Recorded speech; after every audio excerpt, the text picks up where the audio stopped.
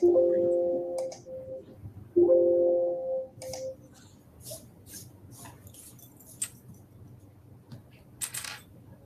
everyone, and welcome to Black in Focus. I'm Karen Toulon here in New York, and today we're in for a treat. We're talking with Cherise Clark Suarez. She is the founder of Harborview Equity Partners. Welcome, Cherise. Thank you so much. Thank you for having me, Karen. This is a very timely conversation because there's so much news out yesterday and even today. So you recently launched Harborview Equity Partners with backing from Apollo Global Management. I think the backing is up to about $1 billion. You have about 20 years of experience in this space. You were at CIT, Morgan Stanley, most recently as the founder and CEO of Tempo Music. Harborview, alternative asset manager focused on investment opportunities in media and entertainment. So let's start off with it. First, what does that mean? What is it exactly that you're trying to do with Harborview? Yeah, thank you for that, Karen. And super excited to be here with you today, and really excited actually to be launching Harborview. It's been my dream to do, and it's always been something I've been working towards from ever since I was a professional kid, I like to say. So I'm really excited to be here. So Harborview is intended to be an asset management firm that invests in either assets or operating businesses or platforms that are powered by intellectual property. That's kind of our remit, and that's what we think, what we're looking to do over time. When in partnership with Apollo, we launched a music royalty acquisition strategy. And so our first strategy is dedicated to music royalties. And so the $1 billion that we announced with Apollo is to acquire music catalogs. So anything from individual sellers to platforms that may be looking to sell catalogs. And so that's essentially what we are, aiming to do.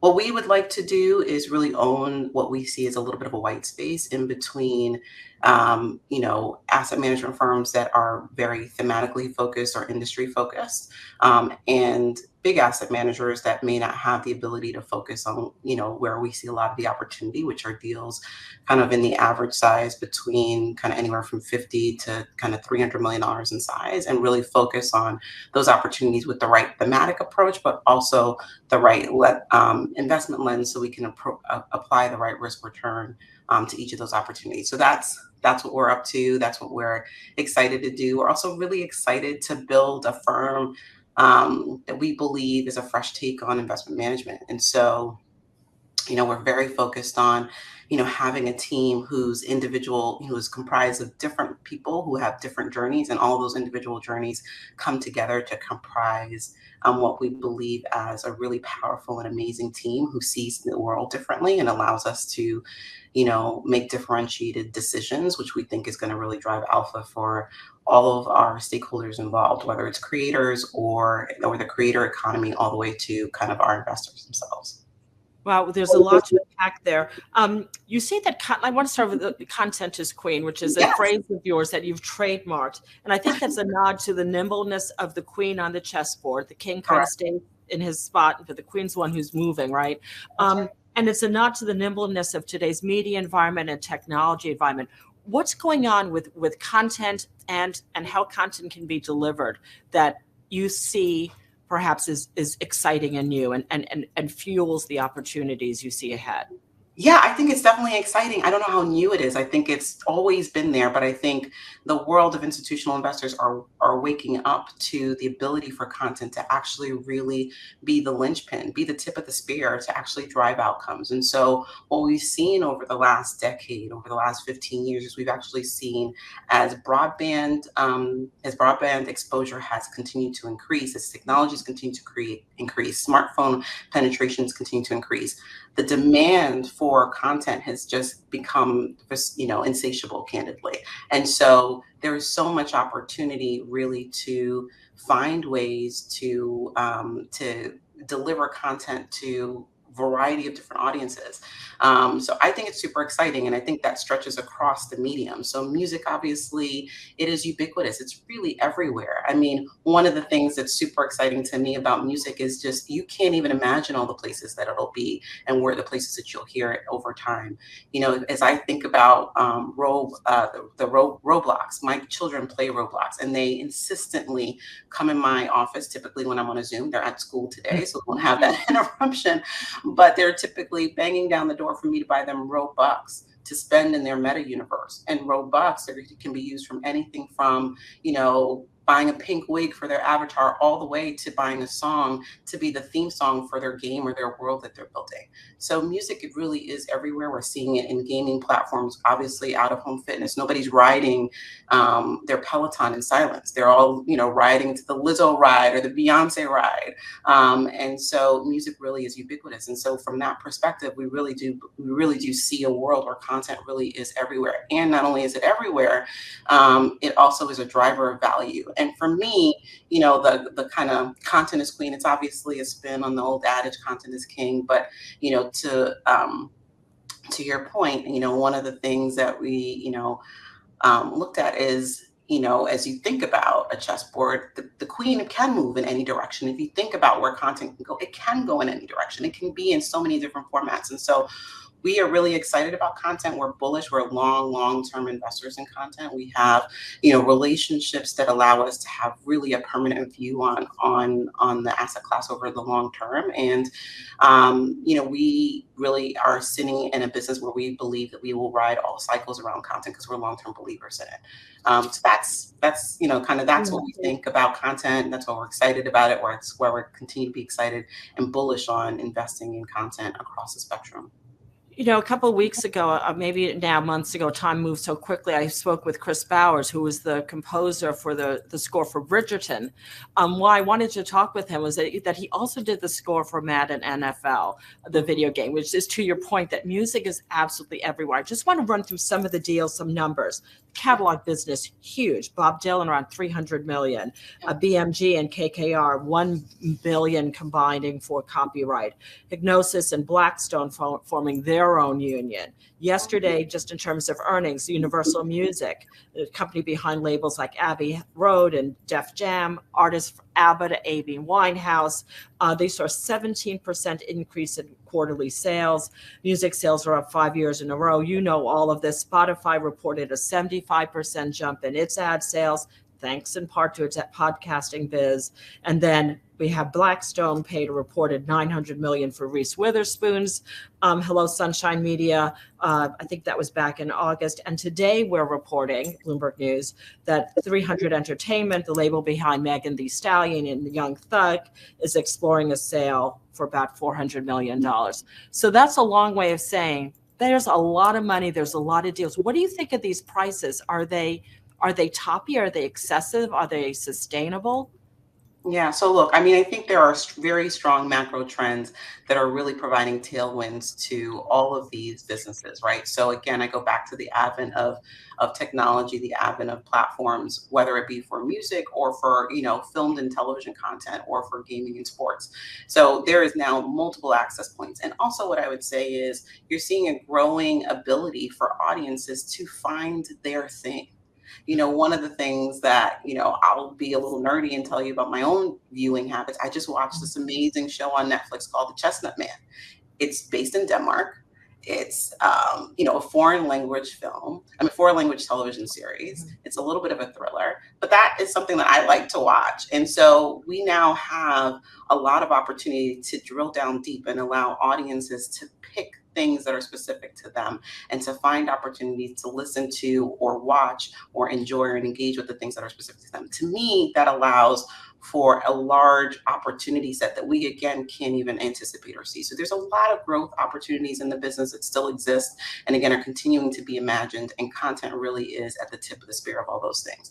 So I believe that all of these opportunities have a lot of opportunity, but again, all these businesses will have cycles. And so for us, we really are, again, you know, we are not tourists, we are residents of this business. And so we will have a long-term view. We will ride cycles as the cycles appear, but we really do believe that because of its importance to all of these adjacent businesses, that the value of IP in general will continue to have a long-standing, long tenured, resilient value over time.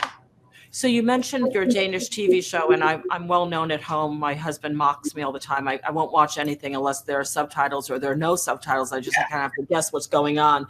But some of the biggest creative influencers come from outside of the United States. We reported today that Nigeria's CK, I hope I'm saying the name right, is the first African artist to have a song at the top of YouTube. You mentioned your Danish show. There's Queen Sona from South Africa, of course, Squid Games, Lupin. I mean, all this international content. When you look out across the world, is there a part of the world or basket of content that you're particularly excited about? So I am excited about all of it. Like, that gets me out of bed every morning and gets me super excited. Like, I'm so excited that the music that I grew up loving as a Jamaican immigrant, with, all of these sort of deep, rhythmic, heavy percussion sounds that drive, the music behind Afro beats or drive Caribbean music, is now becoming, or available to the world. We used to only hear this when your, mom or dad would break out their vinyl and play, play their soca music on a Sunday or Saturday morning. And that was super, exciting for us as kids. And we carry that to this day. I'm excited for the world to participate in all of that. So I think there's lots of opportunities, particularly ex-US, that are really interesting, that, those of us who have come through or traveled different journeys have experienced, but not everybody else has experienced. And we know how electric that music can be. We know how amazing that can be in the world. And so I think, again, this ability to see differently, this ability to basically come from different journeys, will allow us to see opportunities that are really exciting. So yes, everything ex-US, super excited, super also excited about American music, about the American classics. One of my favorite songs in the world to this day is As by Stevie Wonder. It's something that I continue to play and listen to and go to. It's my happy place. It's a calming song for me, but it's also something that gets me excited. So again, looking places where people have continuously not known or experienced because it wasn't their native experience, are places where we'll continue to look for value. But we are buyers across the spectrum. We're very bullish on all of it. But we'll continue to find really, I think, interesting opportunities because of our ability to see things that live outside what I call the template. You mentioned music and Caribbean music. My parents are also from the Caribbean, but we went to a family wedding in Curacao in the Netherlands Antilles, and they started playing this local music, and the dance floor was just packed. And it was just a whole new world of music that I personally had listened to all that much, but they were much less excited about American music.